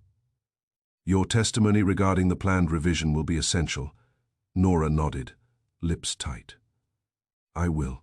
I thought the room might settle, but Wolfe isn't satisfied with momentum. He wants certainty. He lifted the sugar dish delicately and said, almost to himself, he did not require a weapon. He required the house's cooperation. Then he looked at me. Goodwin, this afternoon you will bring Grant Crane here. Kramer exploded. The hell you will. I'll bring him to the precinct. Wolfe's eyes cut him off. Inspector, you may do as you wish after I have finished. Until then, you will permit me to arrange the final scene. Kramer glowered. But I saw it in his eyes. He wanted the final scene too, because that's where the applause happens. Wolfe's voice dropped, calm and decisive. Mr. Reese believes paperwork is power. We will show him that routine is stronger. I stood, already feeling the next headache arrive. You want Grant here. You want Reese here. You want the staff here. And the sugar, Wolfe said. I blinked. The sugar. Wolfe's eyes held mine. Yes, Archie, bring me the sugar tin from the Crane pantry, unopened if possible. As I reached for my coat, Wolfe added quietly, and be attentive. If Mr. Reese suspects what we are doing, he will attempt to erase not only evidence, but people.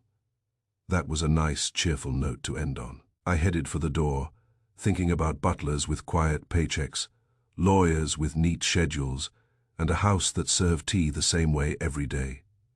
Until the day it served death instead. Chapter 8. Wolfe's idea of recreating a tea ritual is like his idea of taking a walk. He delegates the footsteps and reserves the conclusions. By mid-afternoon the office looked less like a detective's headquarters and more like a domestic laboratory. The little porcelain sugar dish sat on Wolfe's desk, as if it had been subpoenaed. Beside it were 2 sugar tins from the Crane pantry, one unopened, one opened, and a small tray Fritz had brought down with the solemnity of a man setting out communion. Inspector Kramer arrived just in time to be offended by the sight of Wolfe's hands near anything that wasn't an orchid. "What is this?" Kramer demanded. "A tea party." Wolfe didn't look up. "It is an experiment. Try not to contaminate it with your breath." Kramer growled something, but he stayed. Kramer hates being excluded more than he hates being wrong, which is why Wolfe can sometimes use him like furniture. Fritz set the tea service where Wolfe indicated, and Harriet Lark stood near the door, straight-backed and watchful, as if the house had sent its representative. Marisol Vega hovered behind her, eyes on the sugar dish like it might bite. I sat at my desk with a notepad, because Wolfe likes his theatre recorded. Wolfe said, "We will proceed precisely as Mrs. Crane's ritual required. Fritz, tea." Fritz poured into 2 cups with the neat precision that makes you forgive him for being better than you. Wolfe nodded to the sugar tin. "1 cube, Wolfe said. Marisol made a small sound. Harriet's jaw tightened. Kramer snorted. "This is nuts." Wolfe's eyes lifted. "Inspector, the fact that you do not understand something does not make it irrational. It makes you uninformed." He indicated the dish. Fritz placed 1 cube into it, exactly as Harriet would have done. Wolfe then took a small, clean spatula. He had produced it from his drawer, because of course he had, and gently scraped the inside rim of the dish. I leaned forward. "Getting residue?" "Confirming residue," Wolfe corrected. "There is always residue. The question is, whose?" He dipped the spatula's edge into the teacup and stirred once, not to sweeten, but to dissolve what might have been there. Then Wolfe said, 2 cubes. Fritz placed 2 cubes in the dish, identical, innocent, and waited. Wolfe repeated the scrape. Same motion, same pressure, then stirred a 2nd cup with a 2nd spatula. He looked at me. "Goodwin, time it."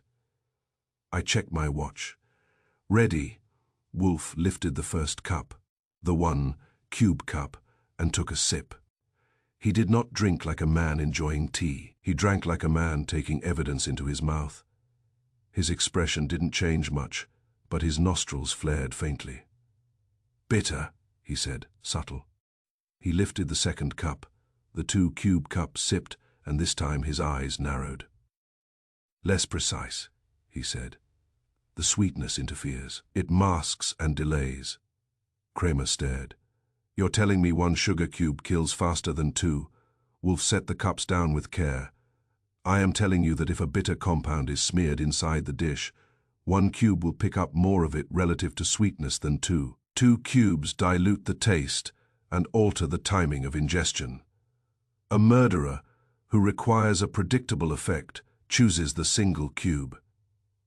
Harriet's voice came low. "So the missing cube wasn't missing." Wolfe's gaze flicked to her. "Correct, it was removed," Marisol whispered. "To control it." "To control timing," Wolfe said. "To control dose. To control the appearance of a natural event at a convenient hour." Kramer's face reddened. "Where's your lab proof?" Wolfe nodded at me. I produced the envelope I'd picked up earlier from the laboratory Wolfe favors. Quiet men with careful hands, and no appetite for attention. The note inside was short and clinical, exactly the way Wolfe likes his confirmations. I handed it to Kramer. He read, grunted, and read again, slower. "Fast. Acting bitter compound," Kramer muttered. "Smeared inside the dish, not in the sugar." Wolfe's tone was dry. "The sugar is too obvious, Inspector. The dish is intimate. The dish is trusted." I watched Harriet's face. She wasn't shocked. She was furious. At herself. At the house, at the rules that had been turned against her. Wolfe looked around the room, as if he were addressing an audience larger than the one present. The murderer required only one thing: permission to set it as usual. Once granted, the ritual delivered the agent without question. Kramer slapped the paper against his palm. So Reese bribe done, got pantry time on inventory day, smeared the dish, and made sure there was one cube. Then what? He waits for her to drink, and Wolfe's eyes narrowed. And then he strangled her later, to ensure the outcome, or to redirect suspicion, or because the agent did not act precisely as desired. We will determine which, I said. Either way, he needed her dead before she revised the will. Wolfe nodded once. Yes. He leaned back in his chair and made his next move sound as casual as ordering beer. Now we will bait him. Kramer blinked. Bait who? Wolfe's eyes were calm and cruel. The guilty. He lifted the sugar dish slightly. This dish will be retested immediately. Tonight, in the presence of all parties, and the results will be delivered to the district attorney before morning. Harriet inhaled sharply. That will panic him. It will, Wolfe agreed. A man who depends on routine cannot endure uncertainty. If he believes the dish will speak again, he will attempt to silence it, or the person holding it. Kramer barked. You're setting a trap in your own house. Wolfe's voice was mild. Inspector, my house is where traps belong. Elsewhere they are merely ambushes. Goodwin, telephone Mr. Reese. Inform him politely that I require his presence here at 8. Also summon Grant Crane and Nora Dell and Mr. Dunn. Kramer started to protest and then stopped, because even he could feel it. The case had finally turned from noise to structure, and Wolfe was building the last wall. I reached for the phone, Wolfe added without looking up. And Archie, keep the sugar dish in your pocket until the moment I ask for it. I stared at him. You want me to carry the murder weapon around? Wolfe's eyes met mine. It is not a weapon now. It is a confession. Carry it carefully. I slid the dish into a padded envelope, tucked it inside my jacket, and felt its small, hard weight against my ribs. Outside, the December wind rattled the window panes like impatient fingers. Inside, Wolfe sat back composed and said softly, when Mr. Reese hears the dish will be tested again, he will do what all men do when their ink is about to be erased. I swallowed. He'll rewrite the ending. Wolfe's mouth tightened into something that was almost a smile. He will try, Wolfe said, and that is when we will catch his hand. Chapter 9 at 7:45 that evening, I stood in our office with a padded envelope inside my jacket and a distinct awareness of how easily a man can be stabbed by domestic china. Wolfe was at his desk, composed and implacable, the way he is when he has arranged his pieces and is waiting for the board to confirm what he already knows. Fritz had laid out refreshments, because Wolfe believes even confessions should be accompanied by civilized food, and then vanished upstairs as if refusing to watch the last act. Inspector Kramer was due at 8, which meant he would arrive at 8:05 with a complaint in his mouth and a cigar in his pocket. I said, Wolfe, if Reese decides to do something foolish, I'd like it noted that I object to being the bait. Wolfe did not look up. Your objection is noted and ignored. Comforting, I said. The doorbell rang. It wasn't Kramer. It was too early and too polite. Saul Panzer opened the door because Wolfe had quietly summoned him after lunch with 3 words. Be present tonight. And Saul is the kind of man who treats 3 words as a contract. He came in now, coat buttoned, eyes awake, hands relaxed. Someone's out there, Saul said. Who? I asked. Saul's gaze slid to Wolfe. Not the police. Wolfe's eyes narrowed. Mr. Reese. Saul nodded once. And he's alone. Wolfe's voice stayed calm. Admit him. Saul did. And Daniel Reese entered the office with the kind of smile a man wears when he wants the room to forget his last 10 minutes. He was over, dressed for a winter evening, as if he feared casual fabric might betray him. Mr. Wolfe, Reese said warmly. Thank you for seeing me. Wolfe's eyes were cold. You are early. I believe in punctuality, Reese replied, smooth as oil. Particularly when reputations are at stake, I said. Funny, I believe in it too. especially when gloves are at stake. Reese's smile tightened. "Mr. Goodwin," Wolfe gestured to the chairs. "Sit." Reese sat with his back straight and his hands folded, lawyer posture designed to look harmless. Wolfe said, "Before Inspector Kramer arrives, we will speak briefly. You have been informed that the sugar dish will be retested." Reese nodded. "Yes, an extraordinary measure." "Extraordinary," Wolfe agreed, "and therefore alarming."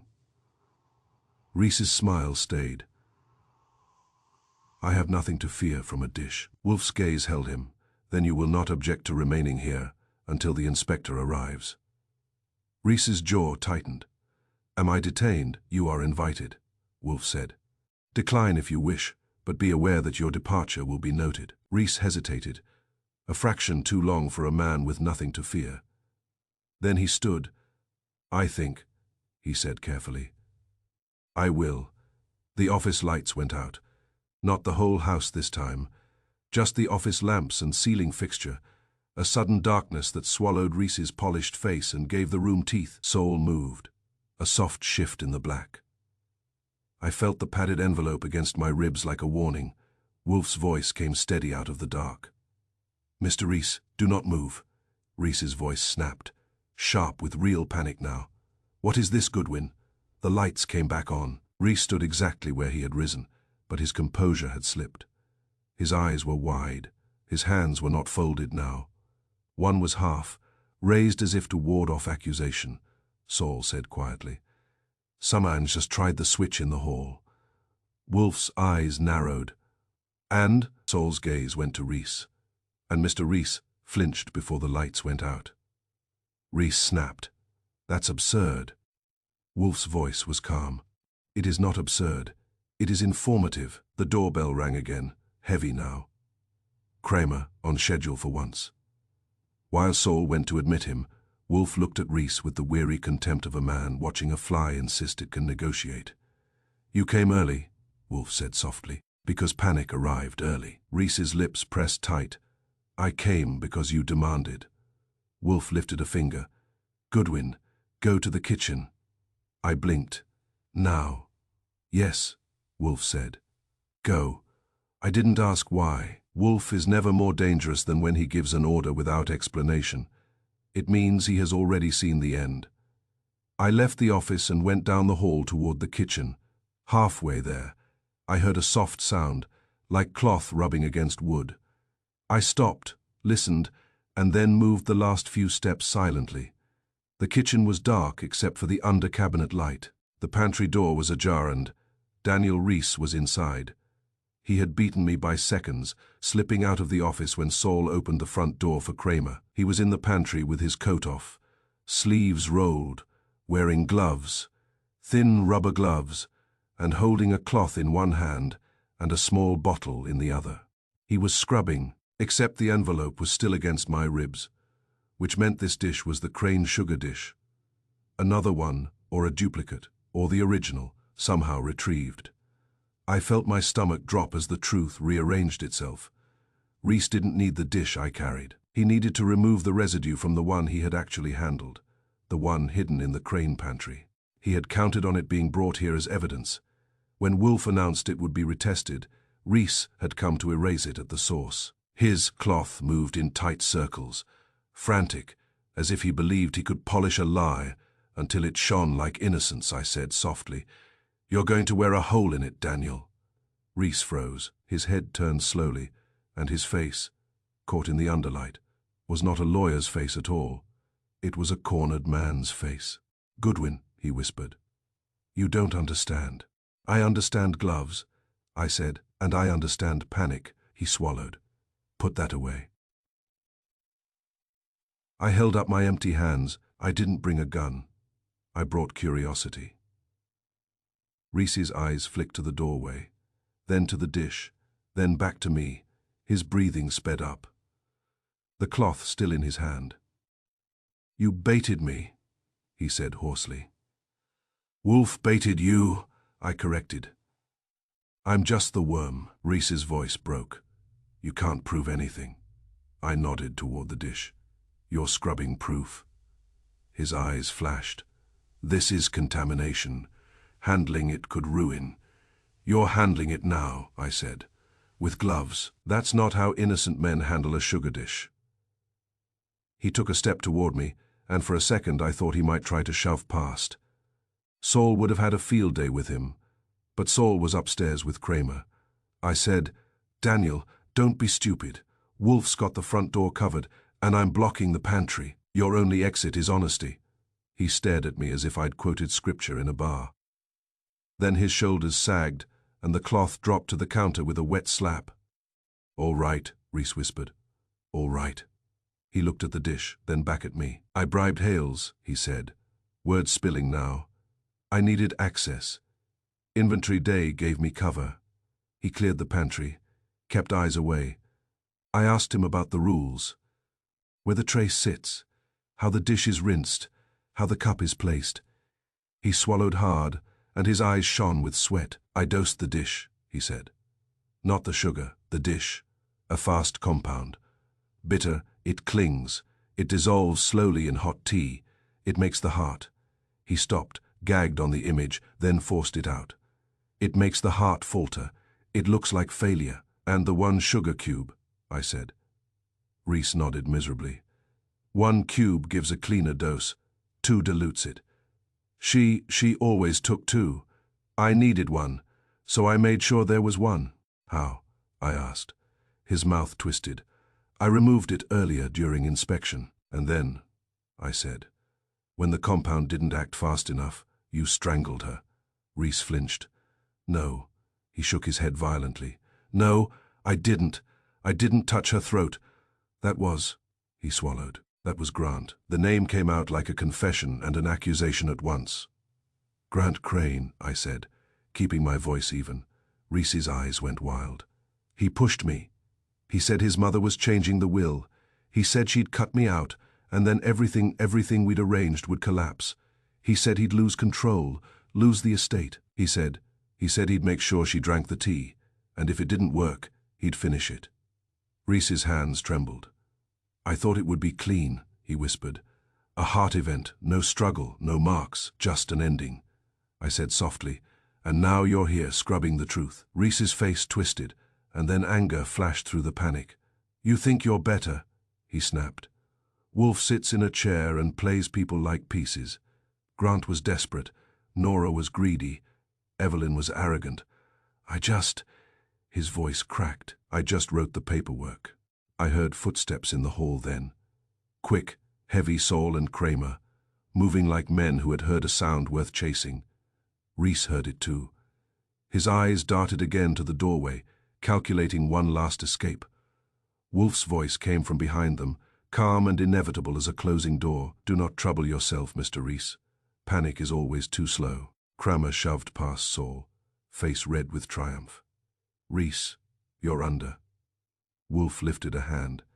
Kramer stopped mid-bark, which was a sight I wished I could bottle. Wolfe looked at Reese in the pantry doorway, his massive frame filling the light, and said softly, "Mr. Reese, you have done what all liars do. You have attempted to erase evidence instead of explaining it." Reese's shoulders slumped. "I confessed," he said hoarsely. "I told you Grant." Wolfe's eyes narrowed. "Yes, and you also attempted to assign your panic to another man. But panic," Wolfe said, voice cold, "always belongs to the liar." Saul stepped forward, and this time his hand at his coat was not a promise. It was procedure. Kramer finally got his words out. "Reese, you're under arrest." Reese didn't resist. He couldn't. The pantry smelled of tea and disinfectant and defeat. As Saul guided him out, Wolfe's gaze fell to the sugar dish on the counter, scrubbed, wet, still accusing.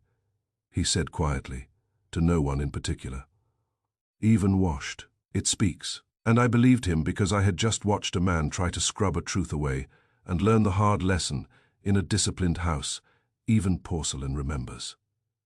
Chapter 10. By the time we were back in Wolfe's office, Daniel Reese had stopped trying to look like a lawyer and started trying to look like a man who had always intended to cooperate. It was a common transformation. I've seen it happen to pickpockets, bankers, and once to a man who claimed he had only borrowed a horse. Inspector Kramer marched him in with the satisfaction of a boy dragging home a frog in a jar. Saul Panzer stayed by the door, quiet as ever, which meant no one would be foolish enough to test what quiet contained. Hales sat in the yellow chair, grey-faced, hands folded as if praying to a god of plausible excuses. Harriet Lark stood near the window, spine straight, eyes hard. Nora Dell was seated on the sofa, her black dress suddenly looking less like costume and more like exhaustion. Grant Crane arrived 10 minutes later, brought by one of Kramer's men and escorted with the special tenderness reserved for the rich, firm hands, polite tone, no forgiveness. He entered Wolfe's office with his banker face arranged into indignation, and it lasted exactly 3 seconds. Then he saw Reese. Whatever alliance they had had, club whispers, tidy plans, shared confidence, was gone. Reese looked small now, and Grant looked betrayed. And the room felt suddenly honest in the ugliest way. "This is absurd," Grant said, aiming his outrage at Wolfe first, because Wolfe was the largest target. "You can't." Wolfe lifted a finger. Grant stopped. It was always a pleasure to see Wolfe's finger accomplish what Kramer's badge could not. "Mr. Crane," Wolfe said, "you will sit down and refrain from speech until I invite it. If you are incapable, you may leave and be arrested on your way out." Grant sat. Kramer began, eager. Reese confessed. Wolfe cut him off gently. "Inspector, you will allow me to present this properly. You will have your moment to bark after the truth has finished speaking." Kramer glowered. But he stayed silent. That alone proved the case was nearly done. Wolfe looked at the assembled faces, staff, heirs, lawyer, police, as if he were counting pieces on a board he had already won. "Mrs. Crane," Wolfe began, "lived in a house ruled by habit. This is not unusual among the affluent. It is their substitute for humility. In such a house, the smallest disruption becomes the loudest confession." Grant made a noise. Wolfe ignored it. "The tea ritual," Wolfe continued, "was precise. 2 sugar cubes at 4 o'clock. Tray positioned correctly. Sugar dish rinsed only after use. These details seem trivial to those who do not understand disciplined households." His gaze flicked toward Kramer for half a second. Kramer did not blink, but to staff, they are law. Harriet's jaw tightened. Nora's hands clenched in her lap. Wolfe went on. "Yesterday, meaning the day before Mrs. Crane's death, 2 rules were broken. The tray was placed on the wrong table, and the sugar dish was wet before it should have been. These were not accidents. They were the marks of interference." Grant said sharply, "Interference by whom?" Wolfe's eyes moved to him, calm and heavy. "By a man who had arranged for regular access, disguised as responsibility." He indicated the schedule logs on his desk. Mr. Reese created Inventory Day, a weekly ritual of paperwork that gave him plausible entry to the pantry. He questioned Hales about tea rules, demanded privacy under the guise of inspection, and bribed him for compliance. Mr. Dunn's bank deposits did not match his wages, which is the sort of arithmetic even Inspector Kramer can understand. Kramer grunted, offended anyway. Hales's lips trembled. "I didn't mean—" Wolfe lifted a finger again. Dunn stopped. Wolfe didn't even look at him. Mrs. Crane, Wolfe said, became aware that her own ritual had been compromised. She could not speak openly, so she signaled through the only language the house would obey. Routine, the 1 sugar cube was her warning. Nora Dell's eyes shone. "She told me the house was watching," she whispered. "I thought she meant people." "She meant both," Wolfe said. He gestured toward the porcelain dish, now sealed in an evidence bag on the desk, like an exhibit in a moral lesson. The dish, Wolfe said, carried a faint bitter residue. Laboratory confirmation identified a fast-acting compound smeared inside the porcelain, designed to dissolve into hot tea and mimic sudden cardiac failure. The medical examiner's early opinion was not merely lazy, it was anticipated. Reese spoke quickly, hoarse. "I didn't." Wolfe's eyes pinned him. "You will be silent." Reese fell silent. His mouth tightened, the way it had in the pantry when he realized scrubbing could not erase memory. Wolfe turned his gaze toward Grant Crane, and the room tightened around that movement. "Mr. Crane," Wolfe said, "you gained control under the will. Miss Dell received scraps. Mr. Reese received a generous executor's fee. It is a familiar pattern. Wealth rewards greed, and greed rewards itself." Grant's face reddened. "My mother left the will as it was. That's not a crime." "No," Wolfe said. "It is merely unattractive." Grant leaned forward, anger sharpening. "Reese said you'd drag me into this. He's trying to save himself. He said I strangled her." Nora made a small sound, pain, not surprise. Wolfe's voice remained level. "Mr. Reese did say that. It was another attempt at control. It was also false." Grant blinked, caught between relief and outrage. "False?" Wolfe nodded once. The bruising on Mrs. Crane's throat was real, but it did not represent a later struggle. It represented the method. Kramer's head snapped up. "What the hell are you saying?" Wolfe's eyes narrowed. "I am saying the throat marks were staged to redirect you, Inspector. A man who intends to disguise death as heart failure does not then strangle his victim like a thug that would defeat the purpose. Instead, he applies pressure, brief, controlled, enough to leave bruising that can be dismissed as handling or artifact by a cooperative examiner, while also providing a second mechanism of collapse if the poison does not act quickly enough." Reese swallowed hard. His eyes darted. He understood exactly what Wolfe was describing because he had done it. Wolfe's gaze shifted to Reese. "You required the death to occur in a narrow window. Mrs. Crane planned to revise her will and remove you as executor. Miss Dell has testified to that intent." Ink was about to change. "Your fee and your influence were about to vanish, therefore you acted." Nora's voice trembled. "She said he treated her like she was already dead." Wolfe nodded slightly. "And so he corrected the inconvenience." Grant's hands clenched on his knees. "I didn't kill her," he said, as if the room had demanded it from him even after Wolfe had cleared him. "You did not." Wolfe agreed. "Your greed is ugly, but not lethal. You wished the will to remain. You benefited when it did. You met Mr. Reese in a club and spoke with him too comfortably for innocence. That is your shame, Mr. Crane. It is not your murder." Grant's face contorted. "Then why? Why would he involve me?" Wolfe's voice turned colder. "Because panic always belongs to the liar, and the liar always seeks a second body to hide behind." Reese's composure snapped. "You don't know that," he burst out. "You're guessing." Wolfe looked at him with contempt, so pure it could have sterilized the room. "No, Mr. Reese," Wolfe said. "I am concluding." He lifted the pharmacy receipt. Creased, ugly, damning. Heart medication purchased in cash. Medication, Mrs. Crane, was never prescribed, hidden in the pantry. A bribe trail to a butler. Access disguised as paperwork. Ritual disruption, bitter compound in porcelain, and your own behavior, arriving early, attempting to scrub evidence when informed it would be retested. An innocent man does not panic at a laboratory. Reese's shoulders sagged. For a moment he looked less like a villain and more like what he truly was. A man who had mistaken paperwork for power and found out power bleeds. Kramer slapped his hand on his notebook as if sealing the matter.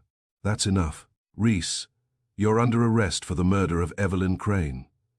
Saul moved in one smooth step, not rushing, just ending possibility. Reese did not resist. Resistance is for men who still believe in options. Kramer turned on Hales. "And you?" "Bribery, obstruction." Marty's face crumpled. "I didn't think." "You'll think in court," Kramer barked.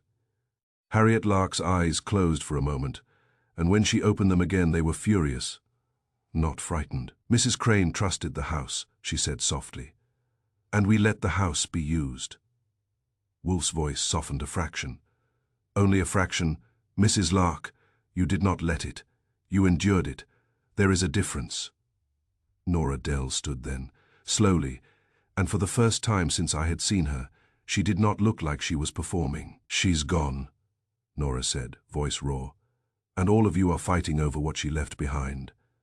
Grant started to speak, then stopped because the truth in her tone was too sharp to argue with. Wolfe watched her, and his expression briefly lost some of its contempt. "Yes," Wolfe said. "Your grief, Miss Dell, is the only honest thing in this affair. Treasure it. It will be rarer than the money." Kramer herded Reese out with the triumph of a man who had finally caught something real. Saul followed, silent, ensuring nobody did anything foolish in the hallway. Hales was taken next, quieter, smaller, already defeated. Grant Crane lingered, jaw tight, eyes avoiding Nora's. He looked as if he wanted to say something that would restore dignity. He found nothing. He left. The office emptied until it was just Wolfe, Nora, Harriet, and me. Nora turned toward the door, and before she went, she looked at Wolfe. "How did you know?" she asked. Wolfe's answer was simple. Because the house spoke. When the door closed behind her, Harriet remained a moment longer. She glanced at the sugar dish in its bag, then at Wolfe. "A habit," she said softly. "We all ignored it because it was daily." Wolfe nodded. In a house ruled by habit, the killer was betrayed by the one habit. Everyone ignores routine. It is invisible until it is broken. Harriet swallowed, and for the first time, her composure wavered. "Mrs. Crane." Wolfe's voice was quieter. "Mrs. Crane understood that order can be weaponized.